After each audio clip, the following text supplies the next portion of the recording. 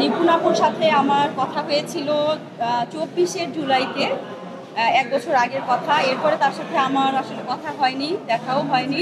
সে হয়তো দেশের বাইরে আছেন, জানি না, যেখানেই আছেন যেন ভালো থাকেন। এরপরে তার সাথে আমার কোনো কথা হয়নি। আন্দোলন ছিল, সে সময় আসলে আন্দোলন নিয়ে কোনো কথা হয়েছিল না, আন্দোলন নিয়ে কথা হয়নি। তো আমাদের শিল্পী সমিতি নিয়ে কথা হয়েছিল, তারপরে তো আন্দোলন শুরু হলো। আন্দোলন নিয়ে কোনো কথা তার সাথে তখন হয়নি।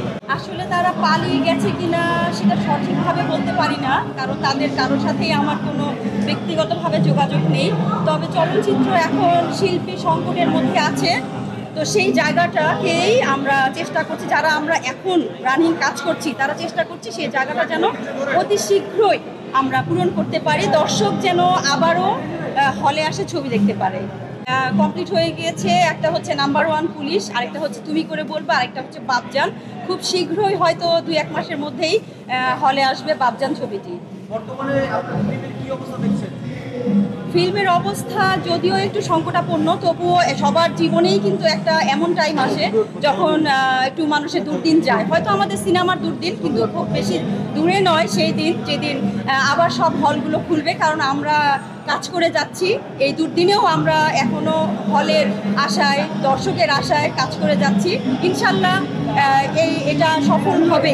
আসলে আমরা যারা শিল্পী, আমাদের কাজ করতে কোনো শিল্পী সমিতিও লাগে না, সভাপতি সেক্রেটারিও লাগে না, কিন্তু আমাদের শিল্পী সমিতির যে কার্যক্রমগুলো থাকে সেটার জন্য সভাপতি এবং সেক্রেটারিকে অবশ্যই উপস্থিত থাকতে হয়, এবং যারা অন্যান্য যারা আছে তাদের সবাইকে উপস্থিত থাকতে হয়।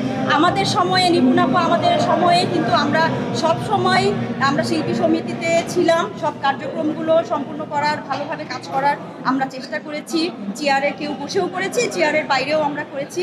তো এখন যে অবস্থা দেখছি যে সভাপতি সেক্রেটারির তেমন কোনো ভূমিকা নেই, তো আমার মনে হয় যে শিল্পী সমিতির কার্যক্রম বন্ধ না করে চালিয়ে যাওয়া, যারা ভারপ্রাপ্ত সভাপতি আছে বা ভারপ্রাপ্ত সেক্রেটারি আছে তাদের উচিত সুন্দরভাবে চালিয়ে নিয়ে যাওয়া, যেন সামনে আমাদের সুদিন আসতে বেশি দেরি না হয়। জায়েদ খান আসলে অনেক কাজ করেছে, আমি নিজে শিল্পী হয়ে এরকম কিছু দেখতে পাইনি।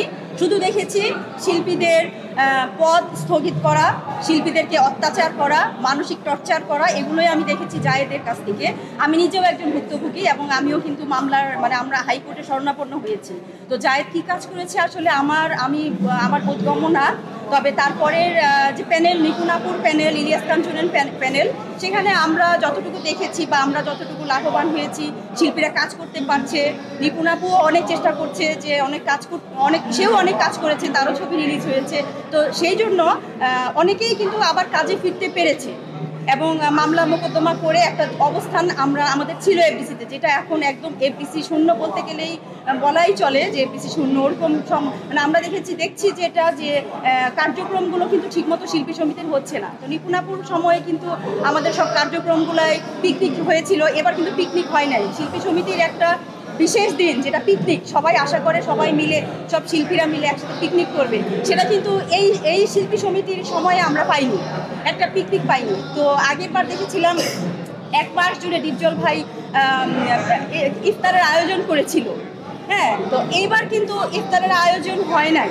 তো আমাদের সাথে টেক্কা দিয়ে যদি ডিপজল ভাই আয়োজন করে থাকে, তো তার সুবাদেও অনেকে হয়তো ইফতার করতে পেরেছে, এইটুকুই বলতে পারি। আসলে অনেক কিছু ক্যামেরার সামনে বলা ঠিক না, তো এতটুকুই বলবো, দ্বিধাদ্বন্দ্ব ভুলে আমরা যদি একসাথে কাজ করতে পারি তাহলেই হবে শিল্পী সমিতির জয়। শিল্পীদের কল্যাণে আসলে শিল্পী সমিতির কাজ যেটা ছিল, শিল্পীদেরকে একসাথে একত্রবদ্ধ করে রাখা। এরপর হলো আমাদের বছরে একটা পিকনিক, যেটা আমরা অনেক ধুমধামভাবে পালন করি, সেই পিকনিকও করতে পেরেছে, 2বার নিপুণাপুর পিকনিক পেয়েছে, এবং শিল্পী সমিতির সমস্ত কার্যক্রমে সে উপস্থিত ছিল। কোনো কারণে তাকে পালিয়ে থাকতে হয়নি, তাকে দেশের বাইরেও সে যায়নি। যখন অনুষ্ঠানগুলো হয়েছে, প্রোগ্রামগুলো হয়েছে সেই ডেটে, সে দেশের বাইরেও থাকতো না, তার আগেই সে দেশে উপস্থিত থাকতো।